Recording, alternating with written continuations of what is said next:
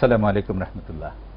সুপ্রিয় দর্শক মণ্ডলী, শুরু হচ্ছে মাই টিভির নিয়মিত আয়োজন আইন ও মানবাধিকার বিষয়ক talk show law and rights.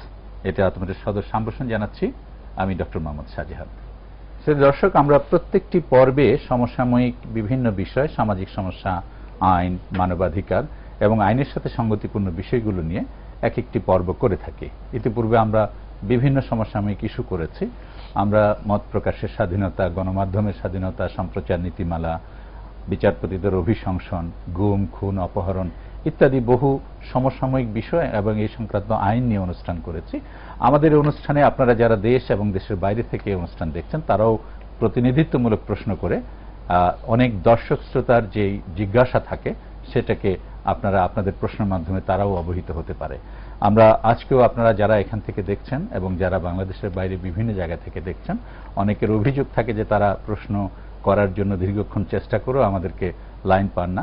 আসলে অনেকেই হয়তো একযোগে চেষ্টা করে, সেজন্য অনেকেই পান না। তবে বিদেশের সাধারণত প্রশ্ন পেলে আমরা চেষ্টা করি তাদেরকে অ্যাকোমোডেট করতে। যাই হোক, আমরা সমসাময়িক কালে যে বিষয়গুলো নিয়ে আলোচনা হয় তার উপরেই সাধারণত আমাদের এই ল অ্যান্ড রাইটস অনুষ্ঠানটি করে থাকি। সুপ্রিয় দর্শক, আজকে আমরা সেরকম একটি বিষয় নির্বাচন করেছি, সেটি হচ্ছে ধর্ম এবং আইনের দৃষ্টিতে জঙ্গিবাদ এবং এই সংক্রান্ত আইন। জঙ্গিবাদ সারা বিশ্বে, বাংলাদেশে, এই অঞ্চলে বিভিন্ন জায়গায় সময়ে সময়ে মাথাচাড়া দিয়ে উঠে, কখনো স্থিমিত থাকে, কখনো আবার হয়। আজকে বিশ্ব পরিস্থিতিতে যেমনি আইএস জঙ্গিদের কথা অনেকে শুনেছেন, আবার আফ্রিকার বিভিন্ন দেশে বিভিন্ন রকম জঙ্গিরা রয়েছে। বোকো হারামের কথা শুনেছেন, যারা 200 স্কুল ছাত্রীকে অপহরণ করে নিয়ে সারা বিশ্বে মানুষের মধ্যে একটা উদ্বেগ, উৎকণ্ঠার জন্ম দিয়েছে। আমরা আমাদের প্রতিবেশী আশেপাশের দেশে দেখছি, বিশেষ করে পাকিস্তানে দেখছি, সেখানে মসজিদে পর্যন্ত বোমা হামলা ঘটিয়ে নিরীহ সাধারণ মুসল্লিদেরকে হত্যা করা হচ্ছে। ইরাকের রাস্তায় অথবা ইরাকের যে কোনো শহরে, মার্কেটে এরকম বোমা হামলা করে প্রতিপক্ষকে হত্যা করা হচ্ছে। এক মুসলমান আরেক মুসলমানকে হত্যা করছেন। শুধু যে মুসলমানদের মধ্যে জঙ্গিবাদ তা নয়, অন্যান্য ধর্ম জনগোষ্ঠীর মধ্যে জঙ্গিবাদ রয়েছে। এবং আমরা দেখেছি আমাদের পার্শ্ববর্তী মায়ানমারেও রাখাইন সম্প্রদায় কিভাবে নিরীহ সেখানকার সংখ্যালঘু মুসলমানদেরকে হত্যা করেছে। প্রতিবেশী দেশেও এরকম ঘটনা ঘটেছে। যাই হোক, আজকে সার্বিক বিষয় নিয়ে কথা বলার জন্য আমরা দুজন বিশেষ অতিথিকে আমন্ত্রণ জানিয়েছি। প্রথমে আমার ডান দিকে রয়েছেন বাংলাদেশ সুপ্রিম কোর্টের একজন খ্যাতিমান আইনজীবী অ্যাডভোকেট মোহাম্মদ মাহসিন রশিদ। তিনি সেক্রেটারি জেনারেল সার্ক ল বাংলাদেশ এবং প্রেসিডিয়াম সদস্য জাতীয় পার্টি। আপনাকে আমাদের অনুষ্ঠানে স্বাগত জানাচ্ছি। ধন্যবাদ। তারপরে রয়েছেন হাফেজ মাওলানা মুফতি হাবিবুল্লাহ মাহমুদ কাসেমি। তিনি হচ্ছেন বিশিষ্ট ইসলামী চিন্তাবিদ এবং মুহাদ্দিস, জামিয়া মাদানিয়া বারিধারা, ঢাকা, এবং খতিব, ইকবাল রোড জামে মসজিদ। আপনাকে আমাদের অনুষ্ঠানে সাদর সম্ভাষণ জানাচ্ছি। জাযাকুমুল্লাহ খাইরান। আমরা আপনাদের দুজনের কাছ থেকে দুটি বিশেষ বিষয়ে জানার জন্য করেছি, কারণ জঙ্গিবাদকে যদি জানতে হয়, জঙ্গিবাদকে যদি এটার আইনের দিক জানতে হয়, তাহলে যারা এই জঙ্গি কার্যক্রমের সাথে রয়েছে তারা অনেক সময় এটা মনে করে যে, দর্শক শ্রোতা আপনারা হয়তো জানেন যে অনেক নিরীহ নিরপরাধ মানুষকে এটার সাথে জড়িত করে এইভাবে যে এটি একটি জিহাদ, এবং এই জিহাদ যেই ভুল বুঝিয়ে যেভাবেই করুক না কেন তাদেরকে বলা হয় এরকম জিহাদ করলে মরার পরে বেহেশতে বসে বসে আঙ্গুর খাবে। সেজন্য আমরা আজকে আমাদের ইসলামী চিন্তাবিদ মুফতি হাবিবুল্লাহ সাহেবের কাছ থেকে এই বিষয়ে জানবো। প্রথমে আমরা অ্যাডভোকেট জনাব মোহাম্মদ মাহসিন রশিদ, আপনাকে দিয়ে শুরু করি। জঙ্গিবাদ ডেফিনেশনটাকে আমরা ওভারঅল সারা বিশ্বে একটা ডেফিনেশন রয়েছে, যদি প্রিসাইজলি আমরা এই ডেফিনেশনটাকে জানতে চাই তাহলে কিভাবে ডিফাইন করব? আরেকটি হচ্ছে এই জঙ্গিবাদের জন্য আমাদের দেশে কি রকম শাস্তির বিধান রয়েছে। বিশ্বের বিভিন্ন দেশে বিভিন্ন রকম রয়েছে। তবে তার আগে একজন দর্শকের প্রশ্ন নিয়ে আপনার কাছে আসবো। সুপ্রিয় দর্শক, আপনার পরিচয় দিয়ে প্রশ্নটি করুন। ওয়ালাইকুম আসসালাম রহমতুল্লাহ। আমি সাজান করেছিলাম প্রথম থেকে, আমাদের নিয়মিত দর্শক। জি বলুন। আমার প্রশ্ন হচ্ছে, বিশ্বের দেশে দেশে বিভিন্ন আইনের জঙ্গি বা অন্যান্য জঙ্গি এদের যে উত্থান হচ্ছে, এটা কি পশ্চিমা বিশ্বের বিদ্যমান ভ্রান্ত নীতির ফসল কিনা? ধন্যবাদ। ধন্যবাদ। আপনার এই প্রশ্নেরও আমাদের আলোচকরা উত্তর দেবেন। দেখুন, আপনার যে প্রশ্নটি আছে, আপনি বলেছেন টেরোরিজমের ডেফিনেশন। আমি মনে করি টেরোরিজমের সংজ্ঞা নাই। কেন নাই? একজন টেরোরিস্ট, আপনি বলছেন যে অমুক টেরোরিস্ট, একটা ফ্রিডম ফাইটারকে আপনি হয়তো টেরোরিস্ট বলছেন, তো এইটার এইভাবে সংজ্ঞা দেওয়া যাবে না। ধরেন, আমি এক্সাম্পল দিচ্ছি, ইয়াসির আরাফাত সবসময় সবাই বলেছে ওর চেয়ে বড় টেররিস্ট আর কেউ নাই, পরে আপনারাই দিলেন নোবেল পিস প্রাইজ। তো সংজ্ঞা দেওয়া খুব ডিফিকাল্ট।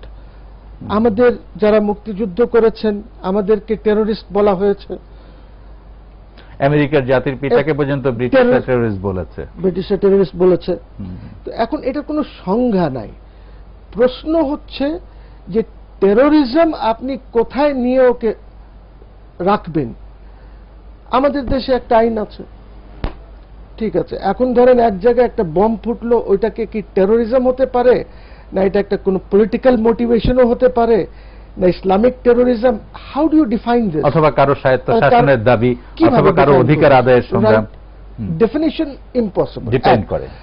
তারপরে আপনি যদি হিস্টোরিক্যালি দেখেন, টেররিজম তো আজকের না। ক্রুসেড যখন হয়েছিল মুসলমানদের বিরুদ্ধে, আপনার স্পেন এইসব এলাকায় যখন ক্রুসেড হয়েছিল, কি হয়েছিল? Terrorism of the highest order. আপনি যদি দেখেন, যদি পড়াশোনা করেন ক্রুসেডের ব্যাপারে, পোপ পর্যন্ত হত্যা করার আদেশ দিয়েছেন, হান্ড্রেডস অফ পিপল মুসলমানকে মেরে দেওয়া হয়েছে পোপের আদেশে। পোপ, আর কেউ না, পোপ। তো আমি মনে করি যে আপনি যতই সংজ্ঞা দেওয়ার চেষ্টা করেন, এটার সংজ্ঞা দিতে পারবেন না।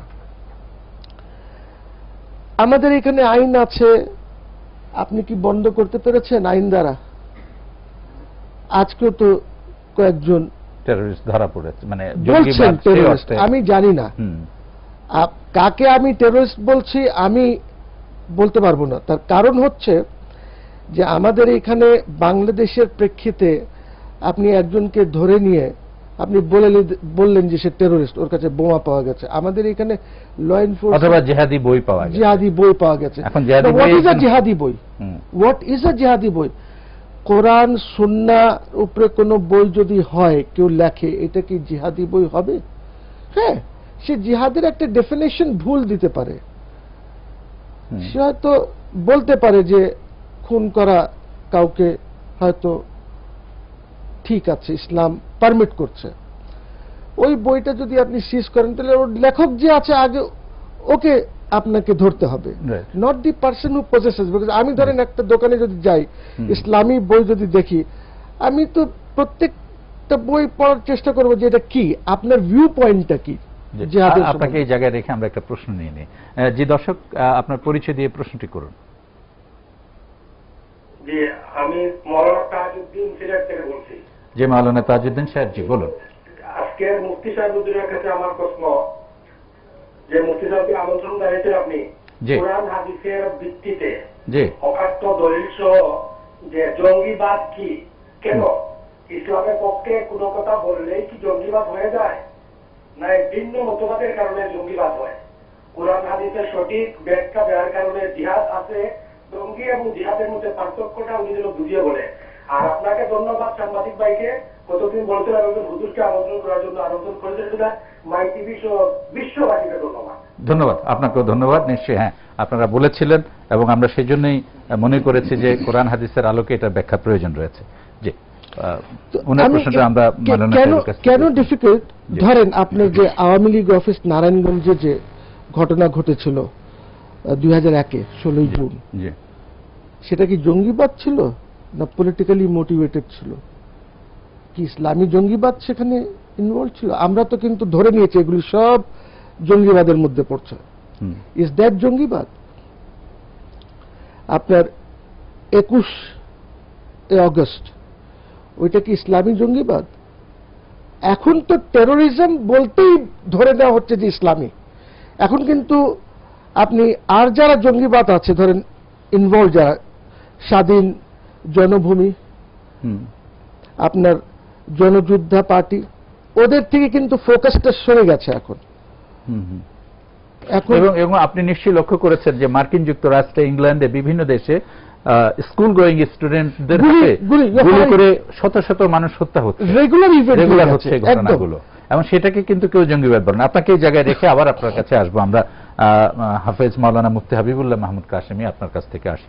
আমাদের মাওলানা তাজউদ্দিন সাহেব সিলেট থেকে যে কথাটি বলেছেন, ইনফ্যাক্ট এই প্রশ্নটি আমি করতে চেয়েছিলাম, তিনি আমার প্রশ্নটি বলে দিয়েছেন যে কোরআন হাদিসের আলোকে আজকে যে জঙ্গিবাদ কথা বলা হচ্ছে, এই জঙ্গিবাদকে আমরা কিন্তু দুভাবে দেখছি। একটা আমাদের অ্যাডভোকেট মাহসিন সাহেব উনি খুব চমৎকারভাবে ওনার এক্সপ্লেনেশনটা দিয়েছে, আবার ওনার কাছে আমরা শুনবো। আরেকটি হচ্ছে যে ধরুন যদি জঙ্গিবাদকে আমরা আবার অন্যভাবে দেখি, যে আমি বলেছি যে বিশ্বের বিভিন্ন দেশে তাদের ধর্মের লোকজন যে হয়, কিন্তু মুসলমানরাও তো নিজেদের মধ্যে করছে, পাকিস্তানে হচ্ছে, ইরাকে হচ্ছে, ইরানে হচ্ছে, বিভিন্ন জায়গায় হচ্ছে। এবং সম্প্রতি যে আইএস সম্পর্কে বলা হচ্ছে এবং বোকো হারাম সম্পর্কে বলা হচ্ছে যে তারা নিরপরাধ মানুষকে হত্যা করছে।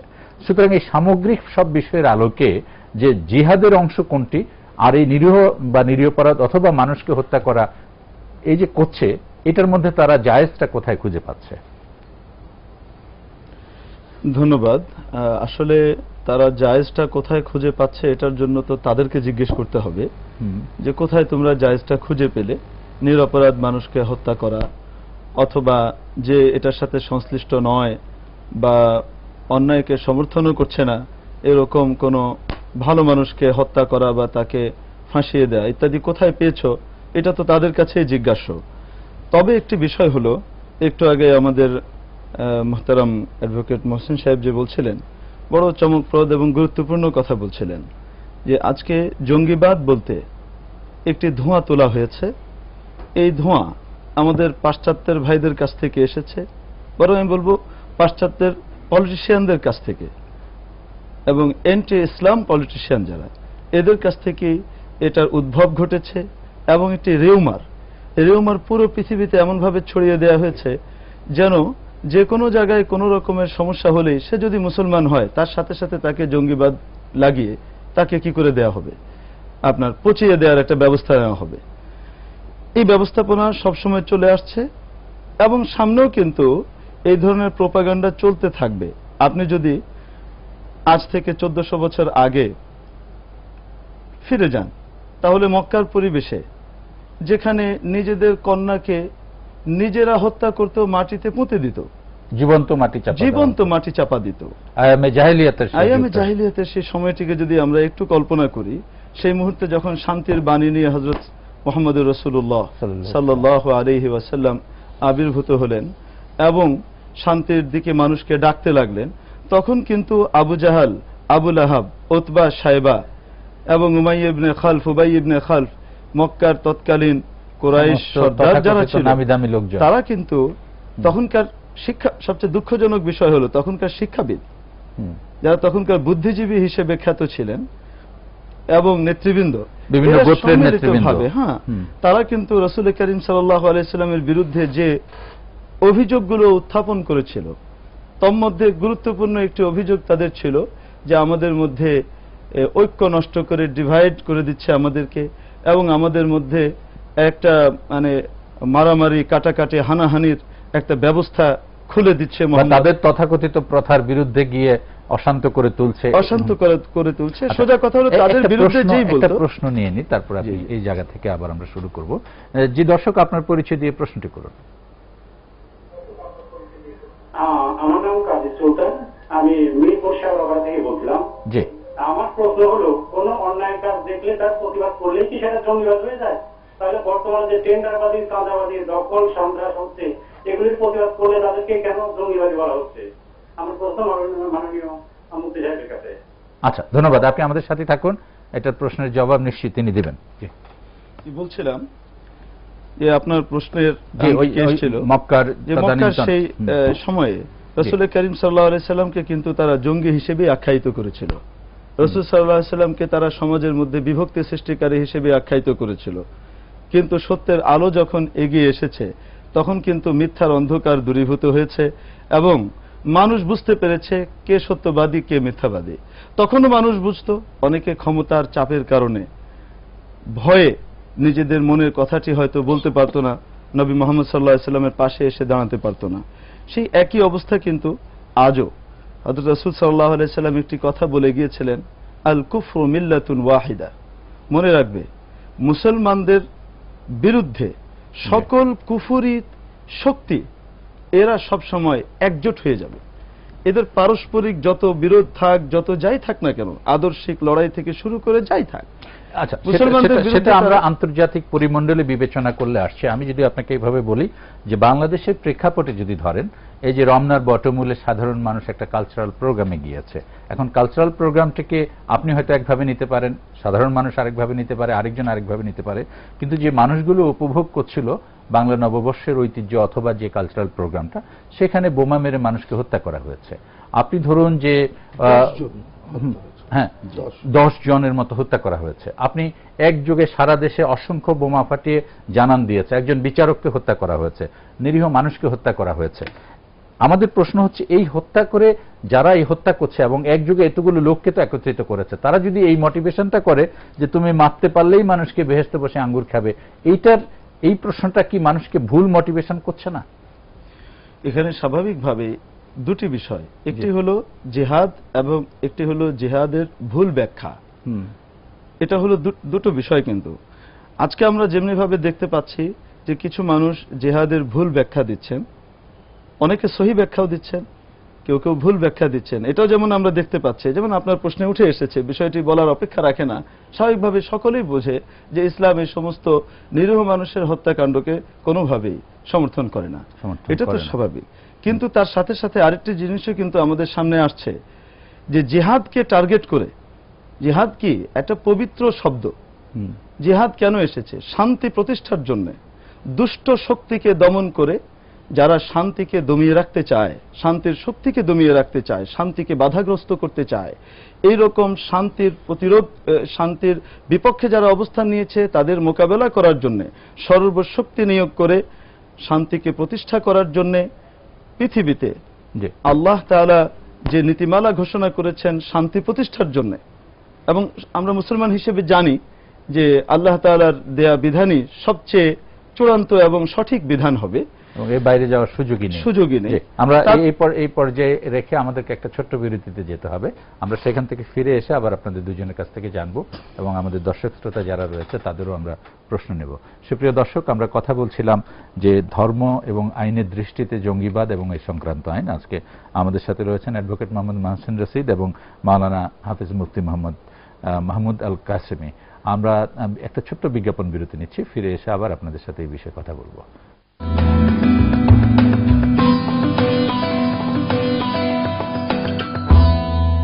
সুপ্রিয় দর্শক, আমরা কথা বলছিলাম ধর্ম এবং আইনের দৃষ্টিতে জঙ্গিবাদ এবং এই সংক্রান্ত আইন। আজকে আমাদের সাথে রয়েছেন অ্যাডভোকেট মোহাম্মদ মহসিন রশিদ এবং মাওলানা মুফতি হাবিবুল্লাহ মাহমুদ কাসেমি। যে বিষয়টি নিয়ে আমরা কথা বলছিলাম বিরতির আগে, সেটা হচ্ছে আমাদের অ্যাডভোকেট মহসিন সাহেব জঙ্গিবাদের ডেফিনেশন এবং এই সংক্রান্ত আইন নিয়ে কথা বলছিলেন, এবং কোরআন এবং হাদিসের আলোকে এবং ইসলামের ইতিহাসের ভিত্তিতে এই দিকটি নিয়ে কথা বলছিলেন মুফতি মাহমুদ কাসেমি। আমরা আবার ফিরে এসেছি। আমাদের কয়েকজন দর্শকের প্রশ্ন ছিল, দুজন দর্শকের প্রশ্নের জবাব ইতিমধ্যে মাহমুদ কাসেমি সাহেব দিয়েছেন। একজন দর্শকের জবাবের আলোকে আমরা মহসিন সাহেবকে দিয়ে আবার শুরু করি, তারপর আবার আমরা মুফতি সাহেবের কাছে যাব। একজন দর্শক প্রশ্ন করেছিলেন যে আমাদের যে বর্তমান জঙ্গিবাদ যে বিষয়গুলো নিয়ে সারা বিশ্বের তোড়জোড় হচ্ছে এবং বাংলাদেশেও এটার যে ডামাডোল তার ভাষায় করা হচ্ছে, সেটি কি পশ্চিমা সেই জঙ্গিবাদের বিষয়টা কি এখানে চাপিয়ে দেওয়ার চলছে কিনা, এটা একটা প্রশ্ন করেছেন, অথবা পশ্চিমাদের দৃষ্টিতে জঙ্গিবাদকে তারা যেভাবে আমাদের বলছে এটা সঠিক কিনা, এটা ছিল আপনার কাছে তার প্রশ্ন। দেখেন, এখন যদি কোথাও একটা বোমা বিস্ফোরণ হয়, কোনো কিছু হয়, এটাকে লিঙ্ক করা হয় ইসলামী জঙ্গিবাদের সাথে, অথচ এটার ইসলামের সাথে হয়তো কোনো সম্পর্কই নাই। আপনি ইদানিং ধরেন বর্ধমানের, যেটার সাথে আমাদের একটা ইয়ে আছে, যেটা আমাদের মাননীয় প্রধানমন্ত্রী গতকাল প্রেস কনফারেন্সে হয়তো ইঙ্গিত করেছেন, ওইভাবে সরাসরি না বলে তিনি হয়তো ইঙ্গিত করেছেন এবং বলছেন একটি প্রতিবেশী দেশে এরকম। রাইট।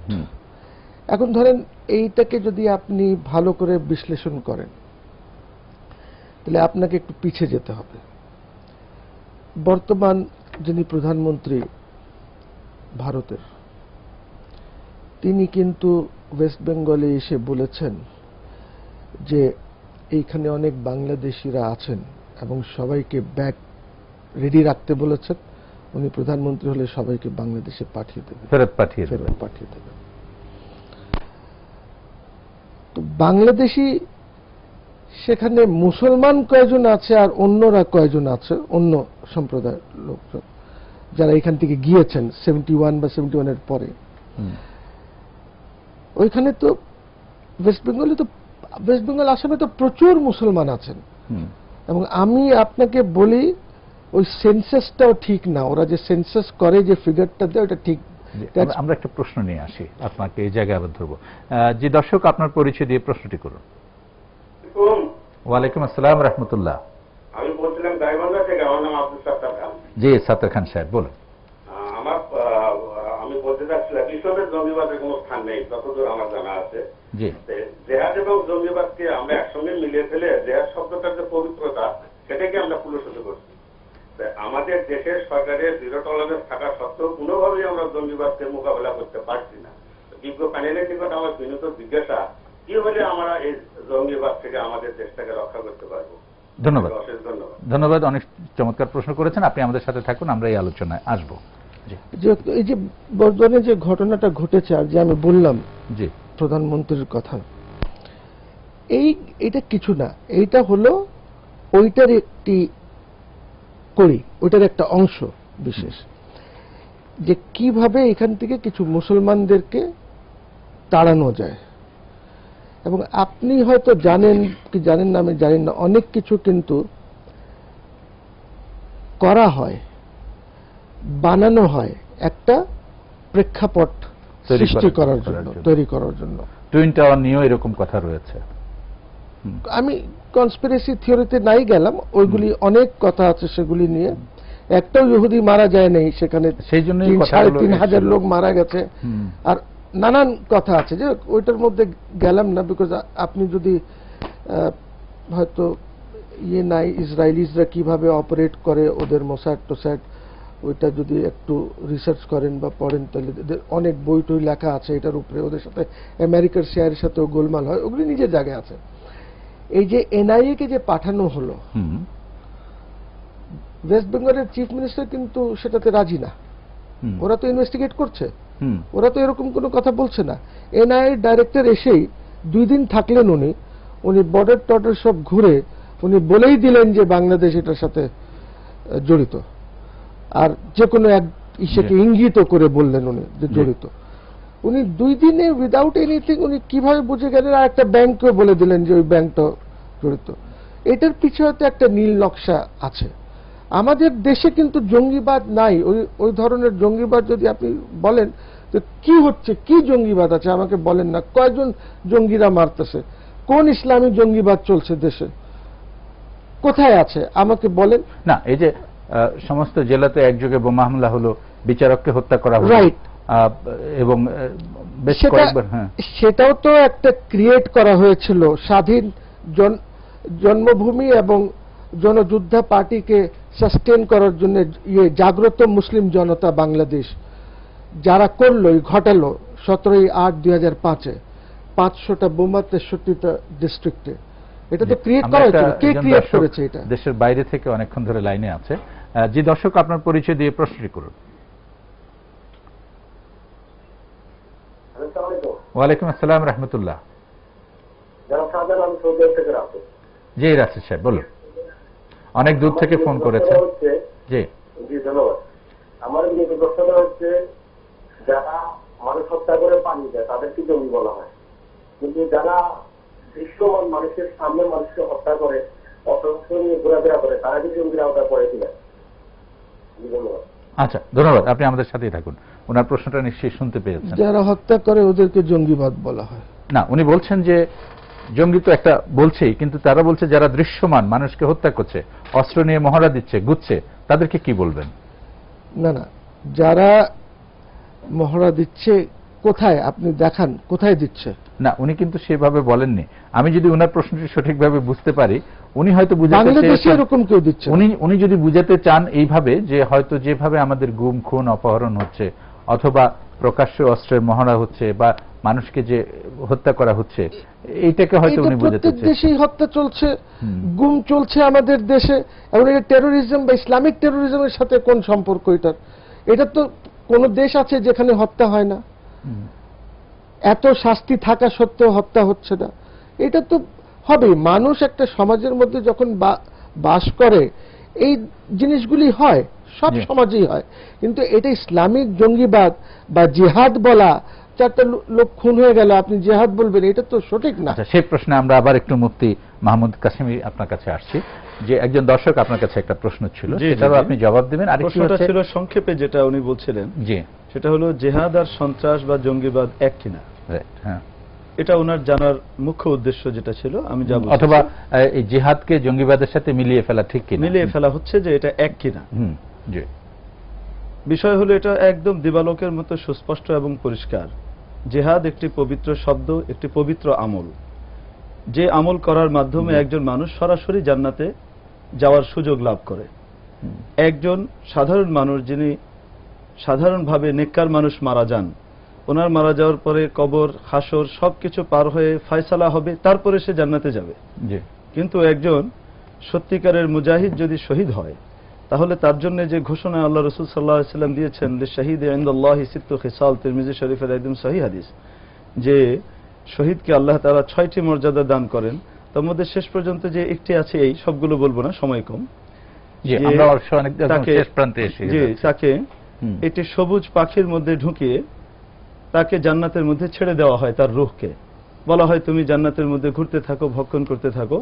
সে ঘুরে ঘুরে যখন ক্লান্ত হয়, আল্লাহ তাআলার আরশের নিচে তার জন্য একটি জায়গা করা আছে, সেখানে সে কি করে, আশ্রয় নেয় এবং বিশ্রাম করে। তো সেই জিহাদ কোনটি? আমি বলছিলাম যে সেই জিহাদ কোনটি? সেই জিহাদ হলো ইসলামকে প্রতিষ্ঠা করার জন্য, শান্তিকে প্রতিষ্ঠা করার জন্য, অশান্তি দূর করার জন্য, মানুষকে মানুষের গোলামি থেকে মুক্তি দিয়ে সর্বশক্তিমান আল্লাহ তাআলার গোলামিতে ন্যস্ত করার সুযোগ করে দেওয়ার জন্য সঠিক পন্থায়, রাসূল সাল্লাল্লাহু আলাইহি ওয়াসাল্লামের দিক নির্দেশিত পন্থায় যে জিহাদ হয়, যে লড়াই হয়, তাকে জিহাদ বলা হয়। এছাড়া আমি বলছিলাম একটু আগে যে কেউ জিহাদের ভুল ডেফিনেশন দিচ্ছে, এমনও যেমন আছে, তেমনি ভাবে কেউ ইচ্ছাকৃতভাবে যে কোনো সন্ত্রাসকে, যদি সে মুসলমান হয়, তাকে জিহাদ নামে চালিয়ে দিয়ে জিহাদকে কলুষিত করার জন্য চেষ্টা করা হচ্ছে। এই যে একটু আগে একটি কথা হলো যে অমুকের কাছে জিহাদ বই পাওয়া গেছে, এই জঙ্গি হয়ে, এই যে এটা একটি প্রোপাগান্ডা কি নয়? তার কাছে জিহাদি বই পাওয়া গেছে, জিহাদি বই পাওয়া যাওয়া কি অপরাধ কিনা? এটা হলো প্রথম প্রশ্ন। যদি জিহাদি বই পাওয়া যাওয়া অপরাধ হয়, জিহাদ শব্দ থাকার কারণে, জিহাদের বিধান বর্ণনা করার কারণে কোনো বই এটি অপরাধের অন্তর্ভুক্ত হয়ে যায় এই কাজ করাটা, তাহলে পরে কোরআন শরীফের মধ্যে 686টি আয়াত জিহাদ সংক্রান্ত আল্লাহ তাআলা নাজিল করেছেন। আপনি একটু চিন্তা করে দেখতে পারেন, 686টি মানে পুরো কোরআন শরীফের 11 ভাগের 1 ভাগ জিহাদ সম্পর্কিত আয়াত আল্লাহ তাআলা অবতীর্ণ করেছেন, বিধিবিধান সম্বলিত। তাহলে কোরআন শরীফকে সবার আগে বাদ দিয়ে দেওয়া যাবে?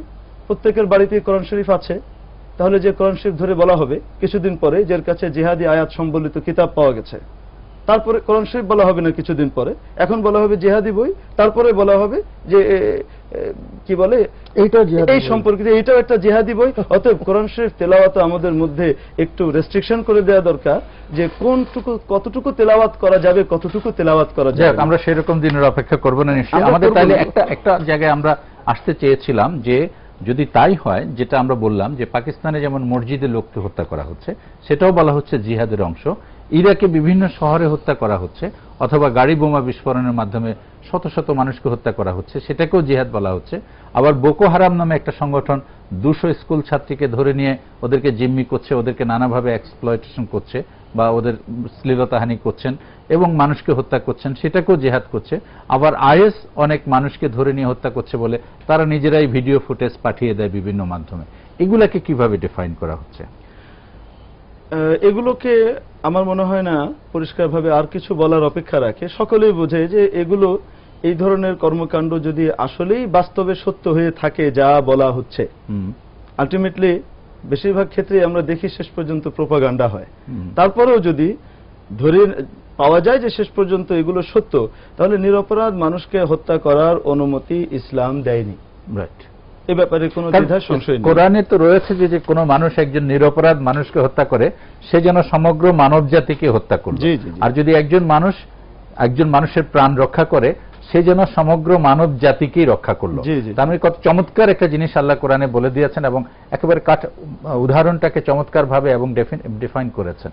যে আমরা একটা প্রশ্ন নিয়ে আসি, যে দর্শক আপনার পরিচয় দিয়ে প্রশ্নটি করুন। ওয়ালাইকুম আসসালাম রাহমাতুল্লাহ। আমি ঠাকুর মৌলানা সাহেবের প্রশ্ন করতে আসলাম। আমার নাম আলিমুদ্দিন। আলিমুদ্দিন সাহেব জি বলুন। আমার প্রশ্নটা হইল, এই যে জঙ্গিবাদ শব্দটা আজকের প্রসঙ্গ, জি সাধারণত আমরা যেটা দেখি, কোন মানুষ কাউকে খুন করে বা যে কোনো ঘটনার সঙ্গে তাকে জঙ্গিবাদ কেন বলা হয়? জঙ্গিবাদ তো না। আচ্ছা আচ্ছা, হ্যাঁ ধন্যবাদ। আপনি আমাদের সাথে থাকুন, আমরা এই বিষয়ে কথা বলবো। আমরা কিন্তু একদম শেষ পর্যায়ে জনাব অ্যাডভোকেট মহসিন এবং আমাদের মাওলানা হাবিবুল্লাহ মাহমুদ কাসেমি সাহেব এই প্রশ্নের জবাব আপনি দেবেন। উনি যে প্রশ্নটা করেছেন, আমি পুরো প্রশ্নটি বুঝিনি। উনি প্রশ্নটা করেছে যে একজন মানুষকে খুন করলো, কিন্তু এটাকে জঙ্গিবাদের মধ্যে নিয়ে আসা হচ্ছে কেন? জি জি, এটা তো একজনকে খুন করছে, এটা তার অন্য 8-10টি ক্রাইমের মতো একটা ক্রাইম, জি জি, একটা অপরাধ, বিচ্ছিন্ন একটা ঘটনা হচ্ছে, কিন্তু এটাকে জঙ্গিবাদ বলাটা আমি যদি বুঝে থাকি সঠিকভাবে তাহলে উনি এইভাবে বলেছেন। সুতরাং ওই সেই কথায় যেটা অ্যাডভোকেট মহসিন সাহেব বললেন যে এখানে জঙ্গিবাদকে এবং অন্যান্য ক্রাইমকে এক করা হচ্ছে। এক করার কারণে কোনটা জঙ্গিবাদ কোনটা অন্য কিছু আমরা এখানে একটু কনফিউজ হচ্ছে। কিন্তু আমি যদি একটু বিষয় আপনি অনুমতি দিলে আমি একটু প্রিসাইজলি বলতে হবে। দেখুন, আমরা একটা জিনিস দেখতে পাই যে মনে করেন, আমি উদাহরণ দিতে বাধ্য হচ্ছে যে বিএনপি, আওয়ামী লীগ বা অন্যান্য পার্টিগুলো আন্দোলনের নামে যে সকল গাড়ি ভাঙচুর করে এক বছরে, হ্যাঁ, যে এই পর্যন্ত স্বাধীনতার পর থেকে এই পর্যন্ত যে পরিমাণ গাড়ি ভাঙচুর করা হয়েছে, হিসেব করলে মনে হবে যেন জাপানও এত গাড়ি বানায় পোড়ানো হয়েছে। হ্যাঁ, জাপানও মনে হয় এক বছরে এত গাড়ি পোড়ানো হয়েছে, সেটা হয়েছে, আবার মানুষকেও পিটিয়ে হত্যা করা হয়েছে। জি জি জি, আমরা যেটা বলতে চাচ্ছি যে আওয়ামী লীগ যদি আন্দোলন নামে গাড়ি ভাঙচুর করে বা মানুষকে মেরে ফেলে, সেখানে কিন্তু জঙ্গিবাদ বলা হয় না, জঙ্গিও বলা হচ্ছে না, আন্দোলন বলা হচ্ছে। বিএনপি যদি গাড়ি ভাঙচুর করে, সেক্ষেত্রে বলা হচ্ছে সহিংস আন্দোলন। কিন্তু মনে করেন কোন একটি ইসলামী পার্টি যদি সেই একই কাজটি করছে, সে তার প্রতিবাদ প্রকাশ করতে যে বাধাগ্রস্ত হয়ে হয়তো সে তার ক্ষুব্ধ হয়েছে যে সেটা সে বহিঃপ্রকাশ ঘটাচ্ছে, সেটা যখন করে ফেলে তখন সাথে সাথে তার সাথে কিন্তু জঙ্গি শব্দটা লাগিয়ে দেওয়া হয়। এটা কেন হবে? এই একই কাজ, একজন আল্লাহু আকবার বলে সে গাড়ি ভেঙেছে, তাই বলে তাকে জঙ্গি বলে দেওয়া হলো। আর এই একই কাজ জয় বাংলা বা আপনার মনে করেন অমুক কিছু বলে এখানে প্রশ্ন থেকে যায়, যিনি আল্লাহু আকবার বলছেন সঙ্গত কারণেই, অথবা যিনি ধর্মীয় চর্চা করে রাজনীতি করছেন সঙ্গত কারণেই মানুষের এক্সপেকটেশনটা তার কাছে একটু ভিন্ন আসবে। কারণ আমি যদি এখন আপনার কাছ থেকে একইভাবে চলি, মানুষ কিন্তু আপনার দাড়ি টুপি, আপনার এই সৌন্দর্যমণ্ডিত চেহারার কারণে আপনার কাছে ইসলামের পূর্ণ পার্সপেক্টিভে কিছু আশা করবে। এটা হয়তো অ্যাডভোকেট মহসিন এবং আমার কাছে অতটা না করলেও আমরা মুসলিম হিসেবে আমাদের কাছে চাইবে, কিন্তু আপনার কাছে বেশি ভাবে চাইবে। আপনাকে বদনাম করার জন্য যে পুরো বিশ্বে একটা পরিকল্পনা চলছে, তার জন্য আপনার মধ্যেও দাড়ি টুপি লাগিয়ে এই কাজ করতে পারে, যারা আপনাকে বদনাম করার জন্য করতে পারে। আমি যে যদি ইসলাম সত্যি, ইসলাম যদি আমি প্র্যাকটিসিং মুসলিম, আমি কিন্তু এই কাজ কোনোদিনই সমর্থন করব না। কিন্তু আমার সাথে 10 জন যাচ্ছে, আরো 4 জন যোগ হলো, ওরা যদি কোনো কাজ করে দেয়, তা আপনি আমাদেরকে সবাইকে বলবেন যে আমরা সব জঙ্গিবাদ? না, কিন্তু প্রশ্ন হচ্ছে আপনার কাছে আমার একটা এক্সপেক্টেড বিহেভিয়ার প্যাটার্ন আছে, করছি না, আপনি করছেন না। আমার মধ্যে ঢুকে আমাদেরকে বদনাম করার জন্য করা হচ্ছে, অনুপ্রবেশ করে কেউ হয়তো করছে। দ্যাটস কারেক্ট, টুপি আর মাথায় দিয়ে, দ্যাট মাইট বি। কিন্তু আমি এটাও একটা বিষয়, সাথে আমি আপনাকে আরেকটি বলছি। মনে করেন কোন সময় হরতাল দেয়া হলো কোন দলের পক্ষ থেকে, তাহলে কিন্তু এই হরতাল দেওয়ার পরে আমাদের যে কালচার চলে আসছে, আমি আমার জন্মের পর থেকে যে কালচার দেখে আসছে, ইদানিং না আমি দেখি যে ইসলামী শক্তিগুলো তাদের মহড়া দিচ্ছে, কিন্তু এর আগ পর্যন্ত তো এটা দেখিনি। যেটা দেখেছি আমি ছোটবেলা থেকে, সেটা হলো হরতালের অর্থ হলো যে দল হরতাল দিয়েছে সেই হরতালের বিপরীতে সরকারি দলে যারা থাকে, আমরা কিন্তু একদম শেষে তারা কিন্তু এটার মোকাবেলা করে গাড়ি চালাতে চায়। যখন গাড়ি চালাতে চায় তো তারা এটাকে, জনগণ তখন কি করে, প্রতিরোধ দেখানোর জন্য তারা এটার ক্ষুদ্র প্রতিক্রিয়া ব্যক্ত করতে যেয়ে তখন গাড়ি ভাঙচুর করে। এরকম কিন্তু মনে করেন হরতাল দিলে হয়। তো হরতালের মধ্যে গাড়ির 2-4টা ভাঙচুর হয়, হবে, এই কালচার আজকের না। আমাদের বর্তমান আওয়ামী লীগ গভর্নমেন্ট যখন আপনার বিরোধী দলে ছিল, তখনকার 173 দলের হরতালের চিত্র যদি আমরা একটু পেছন ফিরে দেখি, তাহলে কিন্তু এখনকার গুলাকে একদম কমই বলতে হবে। এটা একটা পলিটিক্যাল কালচার হয়ে গেছে আমাদের দেশে। বুঝছেন। এখন সর্বশেষ আপনার কাছে যদি আমি একটা প্রশ্ন নিই, সেটি হচ্ছে খুব আধা মিনিটে যদি বলেন, আমরা একদম শেষ পর্যায়ে, সেটি হচ্ছে জঙ্গিবাদ যেভাবে আমরা ডিফাইন করি না কেন, এই জঙ্গি কার্যক্রমের জন্য আমাদের আইনের সর্বোচ্চ শাস্তির বিধানটা কি? ফাঁসি। সেটা হচ্ছে জঙ্গি কার্যক্রমের মাধ্যমে যদি কাউকে হত্যা করা হয়, খুন করা হয়, এটা। আর যদি বিভিন্ন জায়গায় যে সমস্ত অরাজকতা তৈরি করা হয়, শান্তি শৃঙ্খলা নষ্ট করা হয়, অথবা জঙ্গি কার্যক্রমের আওতায় এনে তাদেরকে তখন দ্রুত বিচার আইন অথবা এক্সিস্টিং যে ল গুলো আছে সেগুলোতেই বিচার করা হচ্ছে। আধা মিনিটে যদি আপনার কাছে শেষ কিছু শুনি। আমি একটা জানার বিষয় আছে আমার, আপনারা দুজনে সিনিয়র আইনজীবী, আমার একটা জানার বিষয় হলো, কেউ বোমা ফাটায়নি এরকম কোন লোককে ধরে এনে নিরপরাধ মানুষকে যখন বোমা ফাটিয়েছে বলে পিটিয়ে স্বীকারোক্তি নিয়ে তাকে 164 এর স্বীকারোক্তি দিয়ে ফাঁসিয়ে দেওয়া হয়, এটার কি সাজা বাংলাদেশের আইনের মধ্যে আছে? আমি আপনাদের কাছে এটা একটু জানতে চাই। না, নিশ্চয়ই আপনার মতো এটাও আমাদের জিজ্ঞাসা। নিশ্চয়ই মহসেন ভাই আমার সাথে একমত হবেন যে রিমাইন্ডটা কিন্তু আইনগতভাবে একদম স্ট্রিক্টলি প্রহিবিটেড। এটা উচ্চ আদালতের সিদ্ধান্ত আছে এবং আইনজীবীরাও সমর্থন করে না, বিচার বিভাগও সমর্থন করে না, কারণ রিমাইন্ড কোন সভ্য সমাজে রিমাইন্ডকে সাপোর্ট করে না। কিন্তু আমাদের এখানে আনফরচুনেটলি রিমাইন্ডকে অনেক আনইথিক্যাল এবং ইমোরাল কার্যক্রমের হাতিয়ার হিসাবে এটা। ওইটার কারণ হচ্ছে যে আমাদের ইনভেস্টিগেটিং এজেন্সিরা ইনভেস্টিগেশন করে না, ওরা ওই আপনার জানেন এখন মাসল এই যে পায়ে ড্রিল মেশিন দিয়ে ড্রিল করে আপনার থেকে ওটা নেয় 164। That's very sad, very sad. এই পর্যায়ে আছে। আপনার প্রশ্ন পেয়েছেন, আপনার পার্টিসিপেশন হয়েছে, আপনাদের দুজনকে অনেক ধন্যবাদ।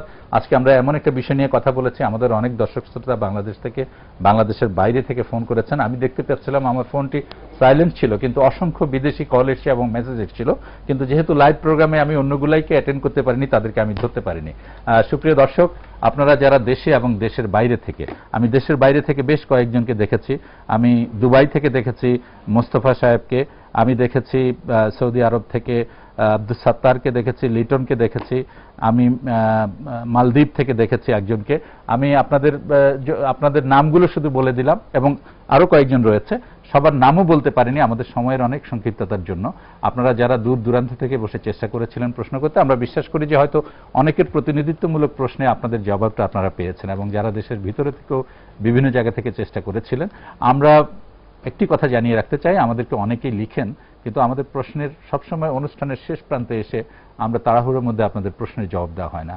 আমরা চেষ্টা করব আগামী পর্ব থেকে আপনাদের কিছু কিছু প্রতিনিধিত্বমূলক প্রশ্নের জবাব দিতে। আপনারা যারা লিখছেন এখন ব্যক্তিগতভাবে আমাকে বা প্রডিউসারকে লিখছেন, কিন্তু আমাদেরকে লেখার ঠিকানাটা বলে দিচ্ছি। প্রযোজক law and rights, my TV, 155 Bir Uttam CR Dutta road, Bangla motor, Dhaka, এই ঠিকানায় লিখবেন। আর প্রশ্ন করলে বা আপনাদের যদি কিছু থাকে 01711315454। আমি আবার বলছি 01711315454।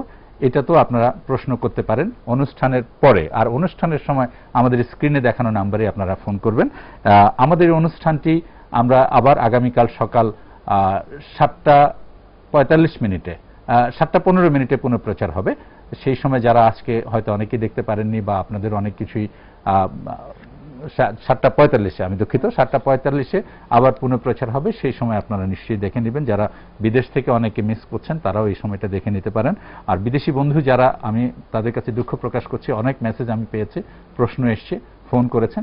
আমরা পরবর্তীতে চেষ্টা করব আপনাদেরকে আরো বেশি সময় দিতে।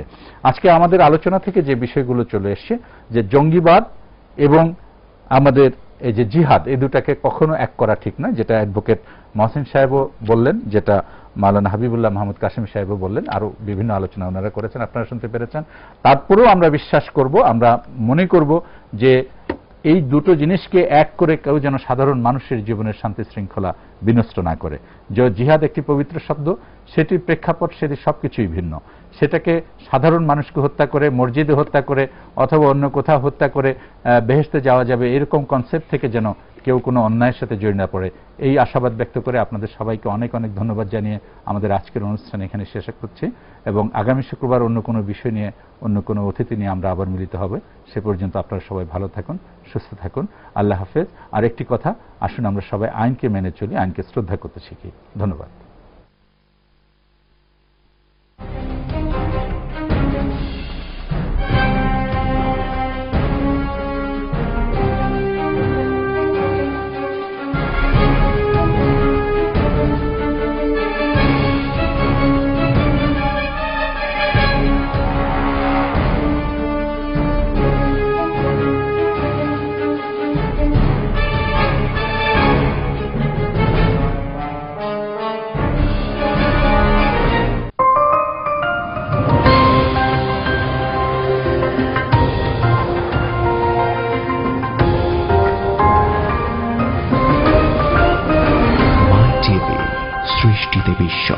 হত্যা করার আদেশ দিয়েছেন, হান্ড্রেডস অফ পিপল মুসলমানকে মেরে দেওয়া হয়েছে পোপের আদেশে।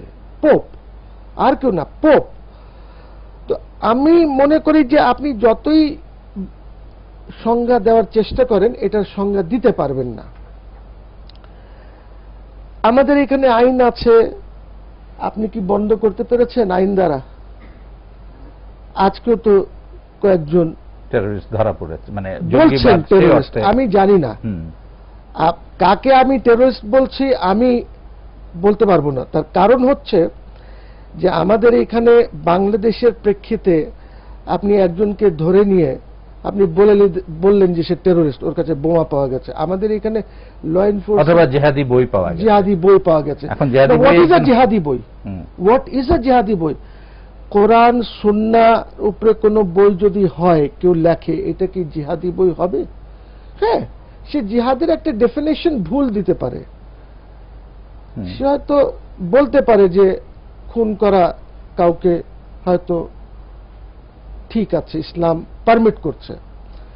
ওই বইটা যদি আপনি সিজ করেন, তাহলে ওর লেখক যে আছে আগে ওকে আপনাকে ধরতে হবে, not the person who possesses. Because আমি ধরেন একটা দোকানে যদি যাই, ইসলামী বই যদি দেখি, আমি তো প্রত্যেকটা বই পড়ার চেষ্টা করব যে এটা কি, আপনার ভিউ পয়েন্টটা কি। আপনাকে এই জায়গায় রেখে আমরা একটা প্রশ্ন নিয়ে নিই। জি দর্শক, আপনার পরিচয় দিয়ে প্রশ্নটি করুন। জি, আমি মাওলানা তাজউদ্দিন সিলেট থেকে বলছি। জি মাওলানা তাজউদ্দিন সাহেব, জি বলুন।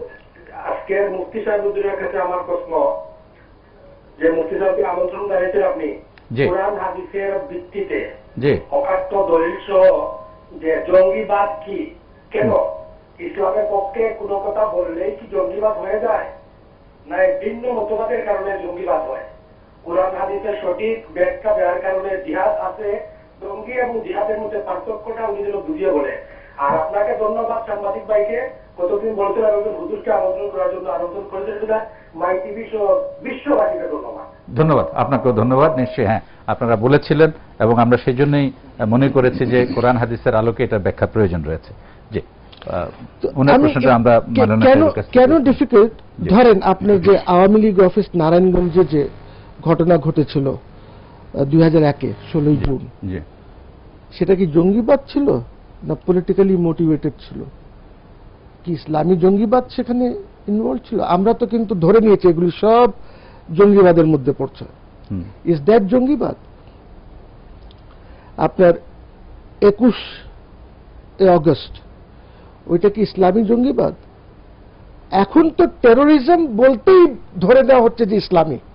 এখন কিন্তু আপনি আর যারা জঙ্গিবাদ আছে ধরেন ইনভলভ, যারা স্বাধীন জনভূমি, আপনার জনযোদ্ধা পার্টি, ওদের থেকে কিন্তু ফোকাসটা সরে গেছে এখন।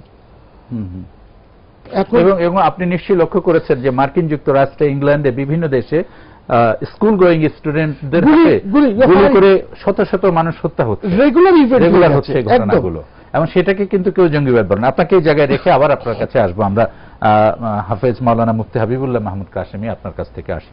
আমাদের মাওলানা তাজউদ্দিন সাহেব সিলেট থেকে যে কথাটি বলেছেন, ইনফ্যাক্ট এই প্রশ্নটি আমি করতে চেয়েছিলাম, তিনি আমার প্রশ্নটি বলে দিয়েছেন যে কোরআন হাদিসের আলোকে আজকে যে জঙ্গিবাদ কথা বলা হচ্ছে, এই জঙ্গিবাদকে আমরা কিন্তু দুভাবে দেখছি। একটা আমাদের অ্যাডভোকেট মাহসিন সাহেব, উনি খুব চমৎকারভাবে ওনার এক্সপ্লেনেশনটা দিয়েছে, আবার ওনার কাছে আমরা শুনবো। আরেকটি হচ্ছে যে ধরুন যদি জঙ্গিবাদকে আমরা আবার অন্যভাবে দেখি, যে আমি বলেছি যে বিশ্বের বিভিন্ন দেশে তাদের ধর্মের লোকজন যে হয়, কিন্তু মুসলমানরাও তো নিজেদের মধ্যে করছে, পাকিস্তানে হচ্ছে, ইরাকে হচ্ছে, ইরানে হচ্ছে, বিভিন্ন জায়গায় হচ্ছে।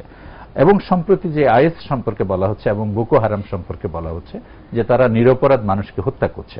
সুতরাং এই সামগ্রিক সব বিষয়ের আলোকে যে জিহাদের অংশ কোনটি, আর এই নিরীহ বা নিরপরাধ অথবা মানুষকে হত্যা করা এই যে করছে, এটার মধ্যে তারা জায়েজটা কোথায় খুঁজে পাচ্ছে?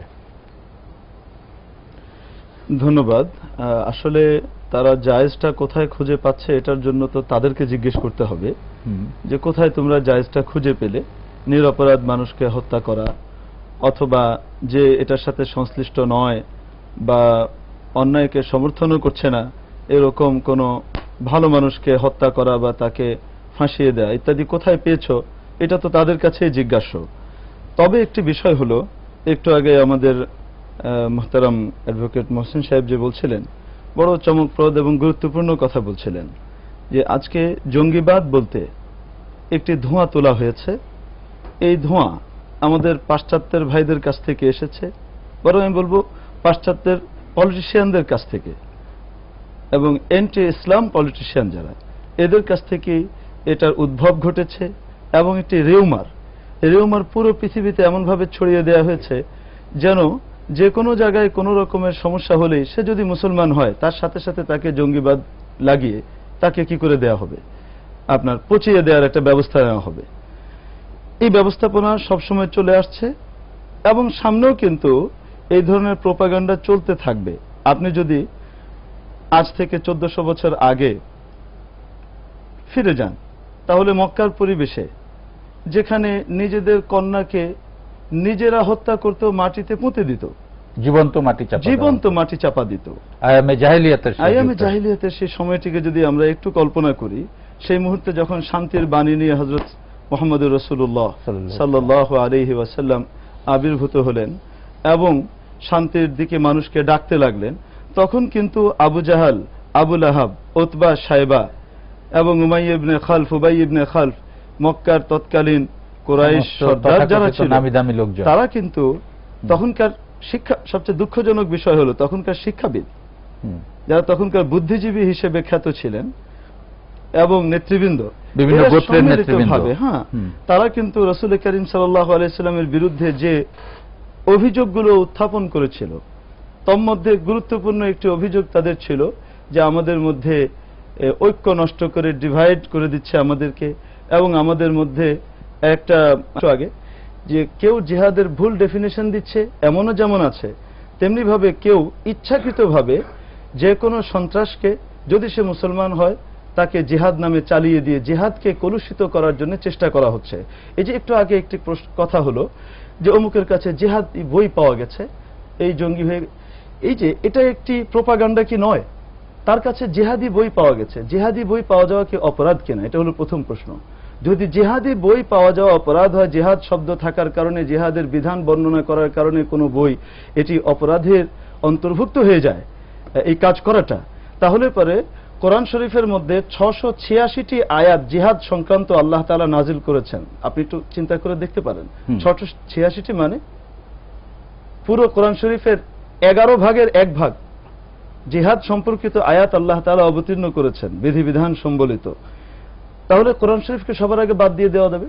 প্রত্যেকের বাড়িতেই কোরআন শরীফ আছে, তাহলে যে কোরআন শরীফ ধরে বলা হবে কিছুদিন পরে যার কাছে জিহাদি আয়াত সম্বলিত কিতাব পাওয়া গেছে, তারপরে কোরআন শরীফ বলা হবে না কিছুদিন পরে, এখন বলা হবে জিহাদি বই, তারপরে বলা হবে যে কি বলে এই সম্পর্কিত এইটাও একটা জিহাদি বই। অতএব কোরআন শরীফ তেলাওয়াত আমাদের মধ্যে একটু রেস্ট্রিকশন করে দেওয়া দরকার যে কতটুকু তেলাওয়াত করা যাবে, কতটুকু তেলাওয়াত করা যাবে। আমরা সেরকম দিনের অপেক্ষা করব না নিশ্চয়ই। আমাদের তাহলে একটা জায়গায় আমরা আসতে চেয়েছিলাম যে যদি তাই হয়, যেটা আমরা বললাম যে পাকিস্তানে যেমন মসজিদে লোককে হত্যা করা হচ্ছে, সেটাও বলা হচ্ছে জিহাদের অংশ।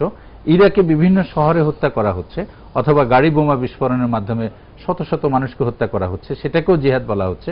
আবার বোকো হারাম নামে একটা সংগঠন 200 স্কুল ছাত্রীকে ধরে নিয়ে ওদেরকে জিম্মি করছে, ওদেরকে নানাভাবে এক্সপ্লয়টেশন করছে বা ওদের শ্লীলতাহানি করছেন এবং মানুষকে হত্যা করছেন, সেটাকেও জিহাদ করছে। আবার আইএস অনেক মানুষকে ধরে নিয়ে হত্যা করছে বলে তারা নিজেরাই ভিডিও ফুটেজ পাঠিয়ে দেয় বিভিন্ন মাধ্যমে। এগুলাকে কিভাবে ডিফাইন করা হচ্ছে? এগুলোকে আমার মনে হয় না পরিষ্কারভাবে আর কিছু বলার অপেক্ষা রাখে, সকলেই বোঝে যে এগুলো, এই ধরনের কর্মকাণ্ড যদি আসলেই বাস্তবে সত্য হয়ে থাকে যা বলা হচ্ছে, আলটিমেটলি বেশিরভাগ ক্ষেত্রে আমরা দেখি শেষ পর্যন্ত প্রোপাগান্ডা হয়। তারপরেও যদি ধরে পাওয়া যায় যে শেষ পর্যন্ত এগুলো সত্য, তাহলে নিরপরাধ মানুষকে হত্যা করার অনুমতি ইসলাম দেয়নি। রাইট, এ ব্যাপারে কোনো দ্বিধা সংশয় নেই। কোরআনে তো রয়েছে যে কোনো মানুষ একজন নিরপরাধ মানুষকে হত্যা করে সে যেন সমগ্র মানব জাতিকে হত্যা করবে, আর যদি একজন মানুষের প্রাণ রক্ষা করে সে যেন সমগ্র মানব জাতিকেই রক্ষা করলো। তার মানে কত চমৎকার একটা জিনিস আল্লাহ কোরআনে বলে দিয়েছেন এবং একেবারে উদাহরণটাকে চমৎকার ভাবে এবং ডিফাইন করেছেন। যে আমরা একটা প্রশ্ন নিয়ে আসি, যে দর্শক আপনার পরিচয় দিয়ে প্রশ্নটি করুন। ওয়ালাইকুম আসসালাম রাহমাতুল্লাহ। আমি ঠাকুর মৌলানা সাহেবের প্রশ্ন করতে আসলাম। আমার নাম আলিমুদ্দিন। আলিমুদ্দিন সাহেব জি বলুন। আমার প্রশ্নটা এই যে জঙ্গিবাদ শব্দটা আজকের প্রসঙ্গ, সাধারণত আমরা যেটা দেখি কোন মানুষ কাউকে খুন করে বা যে কোনো ঘটনার সঙ্গে তাকে জঙ্গিবাদ কেন বলা হয়? জঙ্গিবাদ তো না। আচ্ছা আচ্ছা, হ্যাঁ ধন্যবাদ, আপনি আমাদের সাথে থাকুন, আমরা এই বিষয়ে কথা বলবো। আমরা কিন্তু একদম শেষ পর্যায়ে জনাব অ্যাডভোকেট মহসিন এবং আমাদের মাওলানা হাবিবুল্লাহ মাহমুদ কাসেমি সাহেব এই প্রশ্নের জবাব আপনি দেবেন। উনি যে প্রশ্নটা করেছেন, আমি পুরো প্রশ্নটি বুঝিনি। উনি প্রশ্নটা করেছে যে একজন মানুষকে খুন করলো, কিন্তু এটাকে জঙ্গিবাদের মধ্যে নিয়ে আসা হচ্ছে কেন? এটা তো একজনকে খুন করছে, এটা তার অন্য 8-10টি ক্রাইমের মতো একটা ক্রাইম, একটা অপরাধ, বিচ্ছিন্ন একটা ঘটনা হচ্ছে, কিন্তু এটাকে জঙ্গিবাদ বলাটা আমি যদি বুঝে থাকি সঠিকভাবে তাহলে উনি এইভাবে বলেছেন। সুতরাং ওই সেই কথায় যেটা অ্যাডভোকেট মহসিন সাহেব বললেন যে এখানে জঙ্গিবাদকে এবং অন্যান্য ক্রাইমকে এক করা হচ্ছে। এক করার কারণে কোনটা জঙ্গিবাদ কোনটা অন্য কিছু আমরা এখানে একটু কনফিউজ হচ্ছে।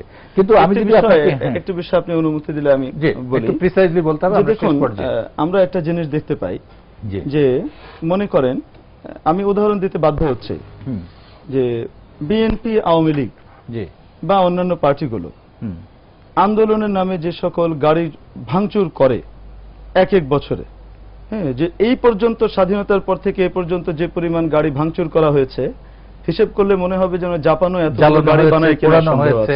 হ্যাঁ, জাপানও মনে হয় গাড়ি পোড়ানো হয়েছে, সেটা হয়েছে, আবার মানুষকেও পিটিয়ে হত্যা করা হয়েছে। জি জি জি, আমরা যেটা বলতে চাচ্ছি যে আওয়ামী লীগ যদি আন্দোলন নামে গাড়ি ভাঙচুর করে বা মানুষকে মেরে ফেলে, সেখানে কিন্তু জঙ্গিবাদ বলা হয় না, জঙ্গিও বলা হচ্ছে না, আন্দোলন বলা হচ্ছে। বিএনপি যদি গাড়ি ভাঙচুর করে, সেক্ষেত্রে বলা হচ্ছে সহিংস আন্দোলন। কিন্তু মনে করেন কোন একটি ইসলামী পার্টি যদি সেই একই কাজটি করছে, সে তার প্রতিবাদ প্রকাশ করতে যে বাধাগ্রস্ত হয়ে হয়তো সে তার ক্ষুব্ধ হয়েছে যে সেটা সে বহিঃপ্রকাশ ঘটাচ্ছে, সেটা যখন করে ফেলে তখন সাথে সাথে তার সাথে কিন্তু জঙ্গি শব্দটা লাগিয়ে দেওয়া হয়। এটা কেন হবে? এই একই কাজ, একজন আল্লাহু আকবার বলে সে গাড়ি ভেঙেছে, তাই বলে তাকে জঙ্গি বলে দেওয়া হলো। আর এই একই কাজ জয় বাংলা বা আপনার মনে করেন অমুক কিছু বলে এখানে প্রশ্ন থেকে যায়, যিনি আল্লাহু আকবার বলছেন সঙ্গত কারণেই, অথবা যিনি ধর্মীয় চর্চা করে রাজনীতি করছেন সঙ্গত কারণেই মানুষের এক্সপেকটেশনটা তার কাছে একটু ভিন্ন আসবে। কারণ আমি যদি এখন আপনার কাছ থেকে একইভাবে চলি, মানুষ কিন্তু আপনার দাড়ি টুপি, আপনার এই সৌন্দর্যমণ্ডিত চেহারার কারণে আপনার কাছে ইসলামের পূর্ণ পার্সপেক্টিভে কিছু আশা করবে। এটা হয়তো অ্যাডভোকেট মহসিন এবং আমার কাছে অতটা না করলেও আমরা মুসলিম হিসেবে আমাদের কাছে চাইবে, কিন্তু আপনার কাছে বেশি ভাবে চাইবে। আপনাকে বদনাম করার জন্য যে পুরো বিশ্বে একটা পরিকল্পনা চলছে, তার জন্য আপনার মধ্যেও দাড়ি টুপি লাগিয়ে এই কাজ করতে পারে, যারা আপনাকে বদনাম করার জন্য করতে পারে। আমি যে যদি ইসলাম সত্যি, ইসলাম যদি আমি প্র্যাকটিসিং মুসলিম, আমি কিন্তু এই কাজ কোনোদিনই সমর্থন করব না। কিন্তু আমার সাথে 10 জন যাচ্ছে, আরো 4 জন যোগ হলো, ওরা যদি কোনো কাজ করে দেয়, আপনি আমাদেরকে সবাইকে বলবেন যে আমরা সব জঙ্গিবাদ? না, কিন্তু প্রশ্ন হচ্ছে আপনার কাছে আমার একটা এক্সপেক্টেড বিহেভিয়ার আমি করছি না, আপনি করছেন না, আমার মধ্যে ঢুকে আমাদেরকে বদনাম করার জন্য করা হচ্ছে, অনুপ্রবেশ করে কেউ হয়তো করছে। মাথায় দিয়ে দ্যাট মাইট বি। কিন্তু আমি এটাও একটা বিষয়, সাথে আমি আপনাকে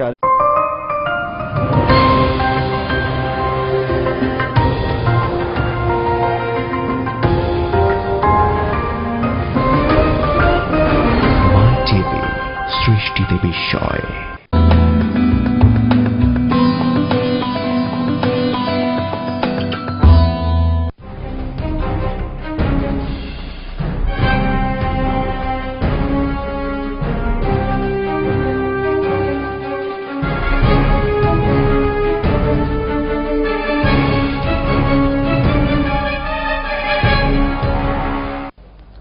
আসসালামু আলাইকুম রহমতুল্লাহ। সুপ্রিয় দর্শক মন্ডলী, শুরু হচ্ছে মাই টিভির নিয়মিত আয়োজন আইন ও মানবাধিকার বিষয়ক talk show law and rights. এতে আপনাদের সদর সম্ভাষণ জানাচ্ছি আমি ডক্টর মোহাম্মদ শাহজাহান। দর্শক, আমরা প্রত্যেকটি পর্বে সমসাময়িক বিভিন্ন বিষয়, সামাজিক সমস্যা, আইন, মানবাধিকার এবং আইনের সাথে সঙ্গতিপূর্ণ বিষয়গুলো নিয়ে এক একটি পর্ব করে থাকি। ইতিপূর্বে আমরা বিভিন্ন সমসাময়িক ইস্যু করেছি। আমরা মত প্রকাশের স্বাধীনতা, গণমাধ্যমের স্বাধীনতা, সম্প্রচার নীতিমালা, বিচারপতিদের অভিশংসন, গুম, খুন, অপহরণ ইত্যাদি বহু সমসাময়িক বিষয় এবং এই সংক্রান্ত আইন নিয়ে অনুষ্ঠান করেছি। আমাদের এই অনুষ্ঠানে আপনারা যারা দেশ এবং দেশের বাইরে থেকে এই অনুষ্ঠান দেখছেন তারাও প্রতিনিধিত্বমূলক প্রশ্ন করে অনেক দর্শক শ্রোতার যে জিজ্ঞাসা থাকে সেটাকে আপনারা আপনাদের প্রশ্নের মাধ্যমে তারাও অবহিত হতে পারে। আমরা আজকেও আপনারা যারা এখান থেকে দেখছেন এবং যারা বাংলাদেশের বাইরে বিভিন্ন জায়গা থেকে দেখছেন, অনেকের অভিযোগ থাকে যে তারা প্রশ্ন করার জন্য দীর্ঘক্ষণ চেষ্টা করেও আমাদেরকে লাইন পান না। আসলে অনেকেই হয়তো একযোগে চেষ্টা করে, সেই জন্য অনেকেই পান না। তবে বিদেশের সাধারণত প্রশ্ন পেলে আমরা চেষ্টা করি তাদেরকে অ্যাকোমোডেট করতে। যাই হোক, আমরা সমসাময়িক কালে যে বিষয়গুলো নিয়ে আলোচনা হয় তার উপরেই সাধারণত আমাদের এই ল অ্যান্ড রাইটস অনুষ্ঠানটি করে থাকি। সুপ্রিয় দর্শক, আজকে আমরা সেরকম একটি বিষয় নির্বাচন করেছি, সেটি হচ্ছে ধর্ম এবং আইনের দৃষ্টিতে জঙ্গিবাদ এবং এই সংক্রান্ত আইন। জঙ্গিবাদ সারা বিশ্বে, বাংলাদেশে, এই অঞ্চলে বিভিন্ন জায়গায় সময়ে সময়ে মাথাচাড়া দিয়ে উঠে, কখনো স্থিমিত থাকে, কখনো আবার হয়। আজকে বিশ্ব পরিস্থিতিতে যেমনি আইএস জঙ্গিদের কথা অনেকে শুনেছেন, আবার আফ্রিকার বিভিন্ন দেশে বিভিন্ন রকম জঙ্গিরা রয়েছে। বোকো হারামের কথা শুনেছেন, যারা 200 স্কুল ছাত্রীকে অপহরণ করে নিয়ে সারা বিশ্বে মানুষের মধ্যে একটা উদ্বেগ, উৎকণ্ঠার জন্ম দিয়েছে। আমরা আমাদের প্রতিবেশী আশেপাশের দেশে দেখছি, বিশেষ করে পাকিস্তানে দেখছি, সেখানে মসজিদে পর্যন্ত বোমা হামলা ঘটিয়ে নিরীহ সাধারণ মুসল্লিদেরকে হত্যা করা হচ্ছে। ইরাকের রাস্তায় অথবা ইরাকের যে কোনো শহরে, মার্কেটে এরকম বোমা হামলা করে প্রতিপক্ষকে হত্যা করা হচ্ছে। এক মুসলমান আরেক মুসলমানকে হত্যা করছেন। শুধু যে মুসলমানদের মধ্যে জঙ্গিবাদ তা নয়, অন্যান্য ধর্ম জনগোষ্ঠীর মধ্যে জঙ্গিবাদ রয়েছে। এবং আমরা দেখেছি আমাদের পার্শ্ববর্তী মায়ানমারেও রাখাইন সম্প্রদায় কিভাবে নিরীহ সেখানকার সংখ্যালঘু মুসলমানদেরকে হত্যা করেছে। প্রতিবেশী দেশেও এরকম ঘটনা ঘটেছে।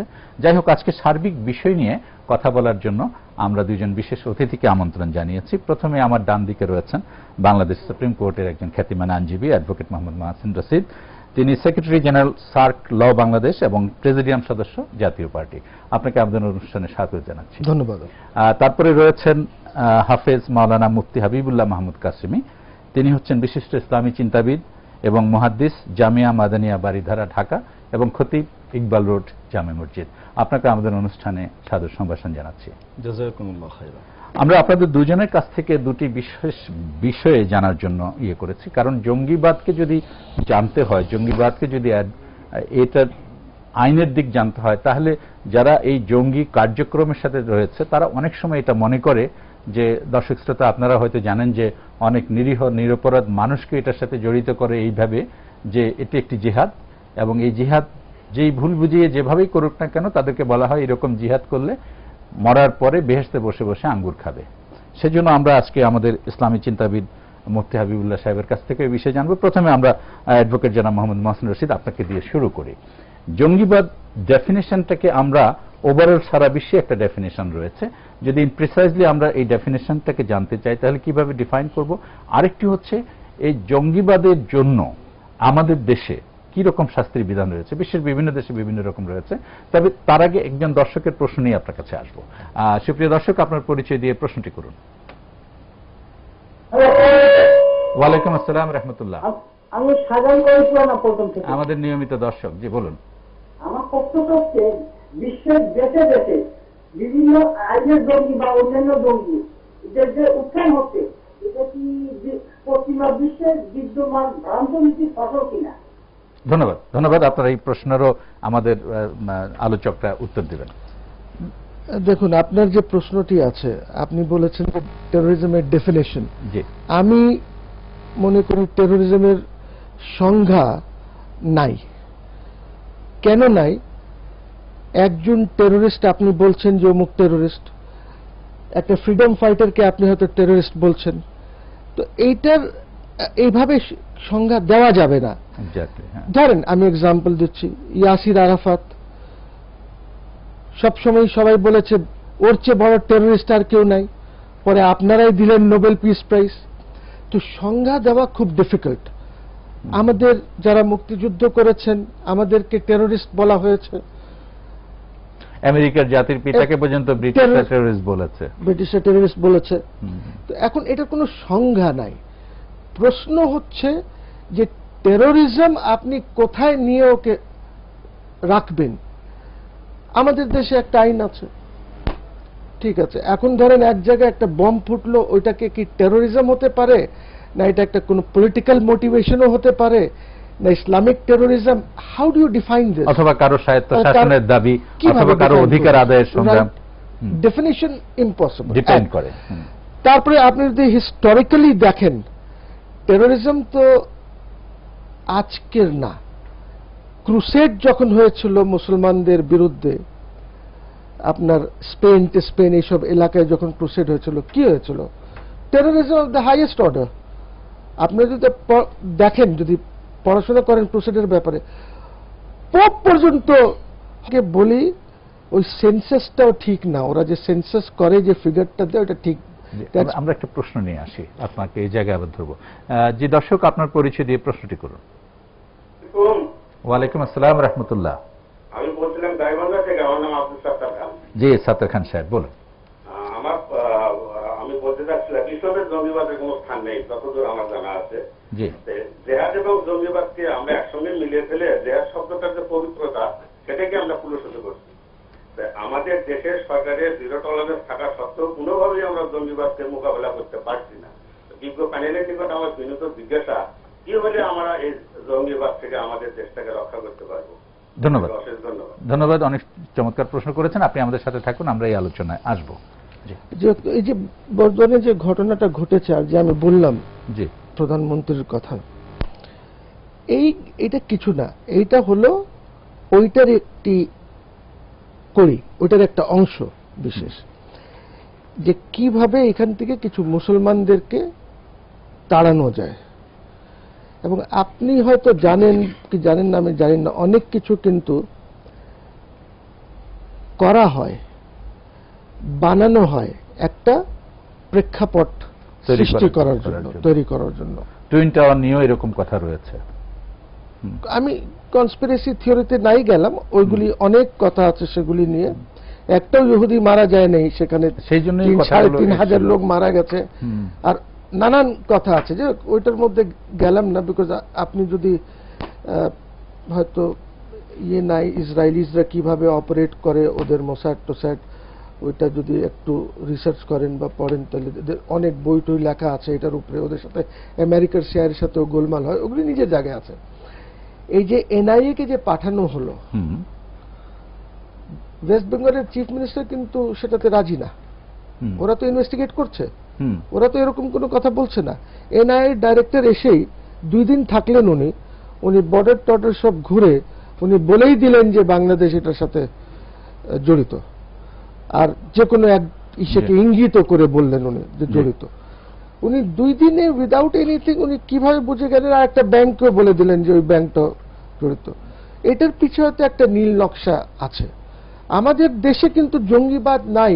ওই ধরনের জঙ্গিবাদ যদি আপনি বলেন তো কি হচ্ছে, কি জঙ্গিবাদ আছে আমাকে বলেন না। কয়জন জঙ্গিরা মারতেছে, কোন ইসলামী জঙ্গিবাদ চলছে দেশে, কোথায় আছে আমাকে বলেন না। এই যে সমস্ত জেলাতে একযোগে বোমা হামলা হলো, বিচারককে হত্যা করা হলো, রাইট, এবং বেশ কয়েকবার, সেটাও তো একটা ক্রিয়েট করা হয়েছিল। স্বাধীন জন্মভূমি এবং জনযোদ্ধা পার্টিকে সাস্টেন করার জন্য জাগ্রত মুসলিম জনতা বাংলাদেশ যারা করলো, ঘটালো 17/8/2005-এ 500টা বোমা 63টা ডিস্ট্রিক্টে। এটা তো ক্রিয়েট করা হয়েছিল। কে ক্রিয়েট করেছে এটা? দেশের বাইরে থেকে অনেকক্ষণ ধরে লাইনে আছে। জি দর্শক, আপনার পরিচয় দিয়ে প্রশ্নটি করুন। ওয়ালাইকুম আসসালাম রহমতুল্লাহ। জি রাশিদ সাহেব বলুন, অনেক দূর থেকে ফোন করেছেন। জি জি ধন্যবাদ।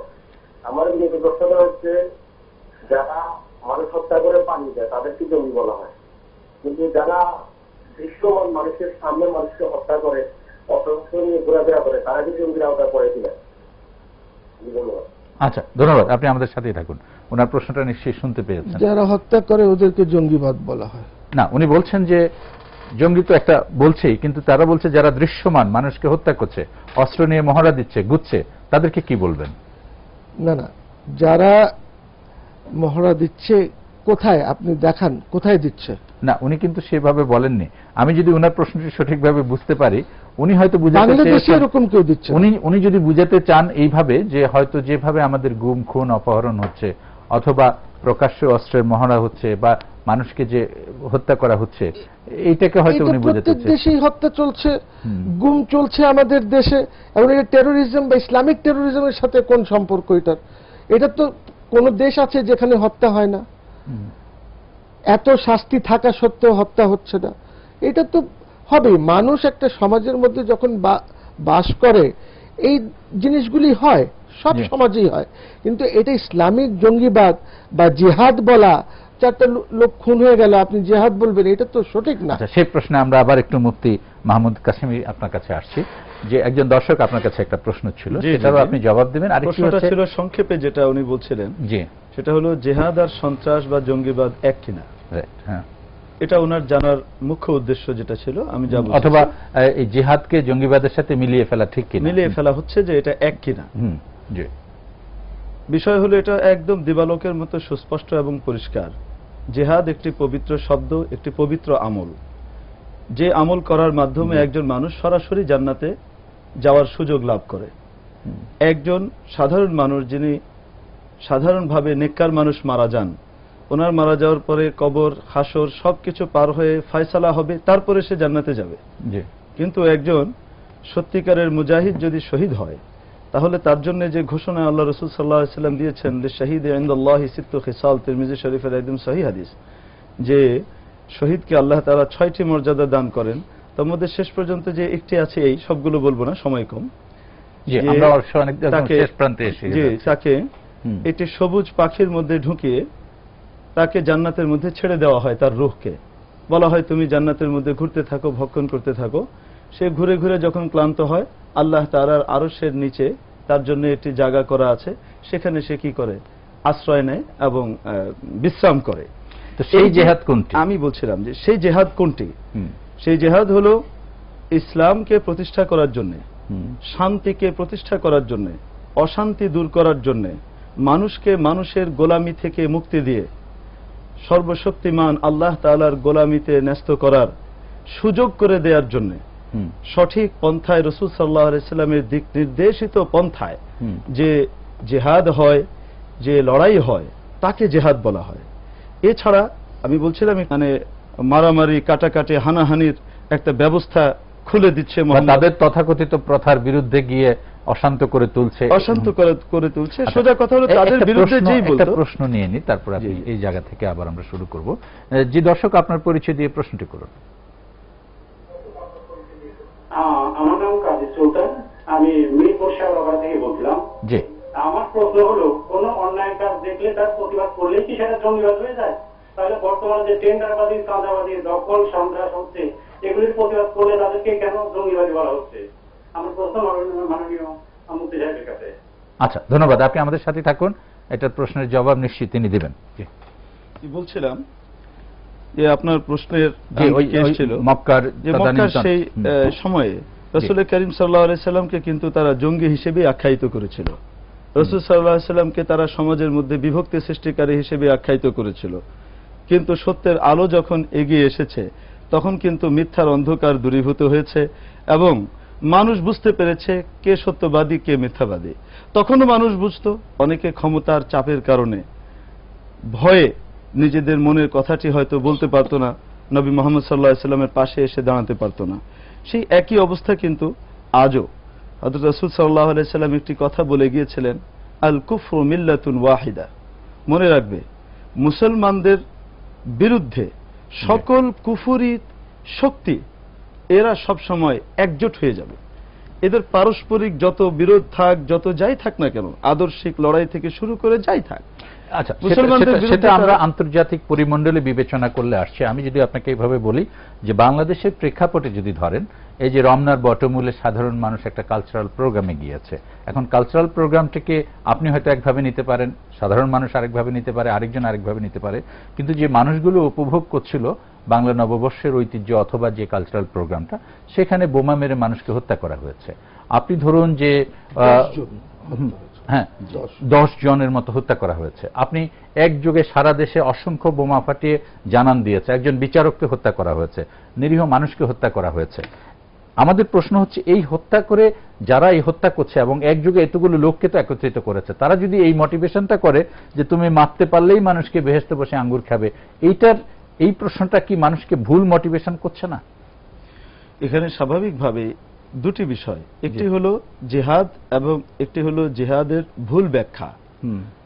এটা হলো দুটো বিষয়। কিন্তু আজকে আমরা যেমনি ভাবে দেখতে পাচ্ছি যে কিছু মানুষ জিহাদের ভুল ব্যাখ্যা দিচ্ছেন, অনেকে সহি ব্যাখ্যাও দিচ্ছেন, কেউ কেউ ভুল ব্যাখ্যা দিচ্ছেন। এটাও যেমন আমরা দেখতে পাচ্ছি, যেমন আপনার প্রশ্নে উঠে এসেছে, বিষয়টি বলার অপেক্ষা রাখে না, স্বাভাবিকভাবে সকলেই বোঝে যে ইসলাম এই সমস্ত নিরীহ মানুষের হত্যাকাণ্ডকে কোনোভাবেই সমর্থন করে না, এটা তো স্বাভাবিক।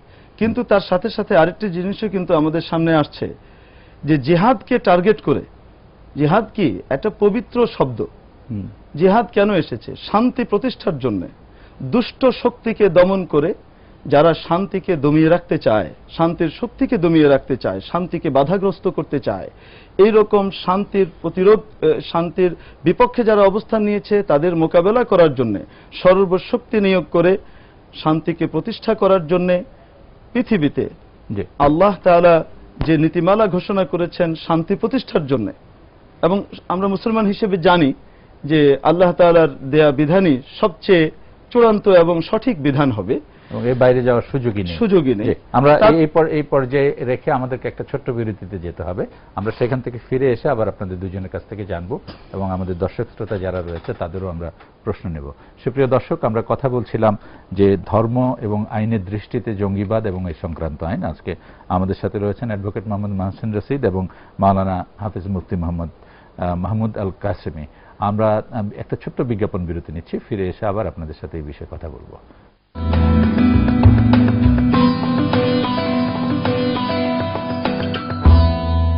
সুপ্রিয় দর্শক, আমরা কথা বলছিলাম ধর্ম এবং আইনের দৃষ্টিতে জঙ্গিবাদ এবং এই সংক্রান্ত আইন।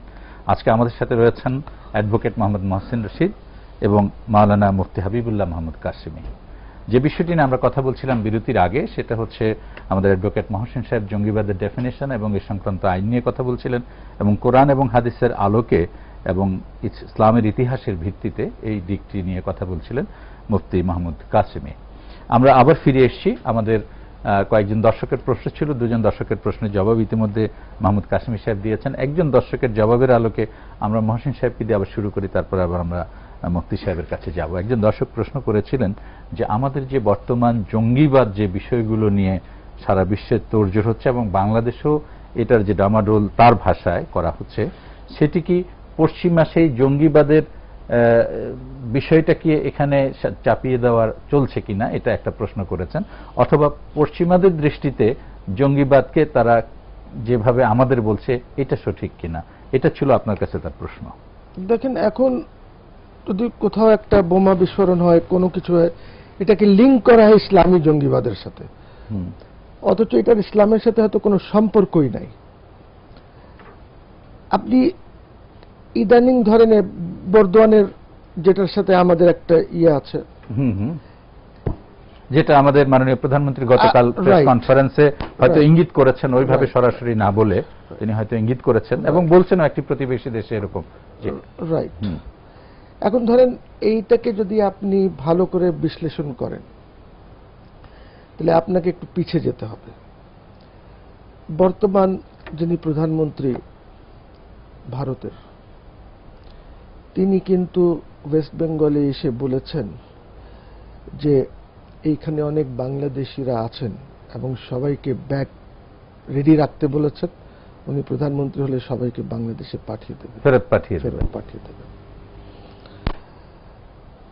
তো বাংলাদেশি সেখানে মুসলমান কয়জন আছে আর অন্যরা কয়জন আছে, অন্য সম্প্রদায়ের লোকজন যারা এখান থেকে গিয়েছেন 71 বা 71-এর পরে, ওইখানে তো ওয়েস্ট বেঙ্গল, আসামে তো প্রচুর মুসলমান আছেন। এবং আমি আপনাকে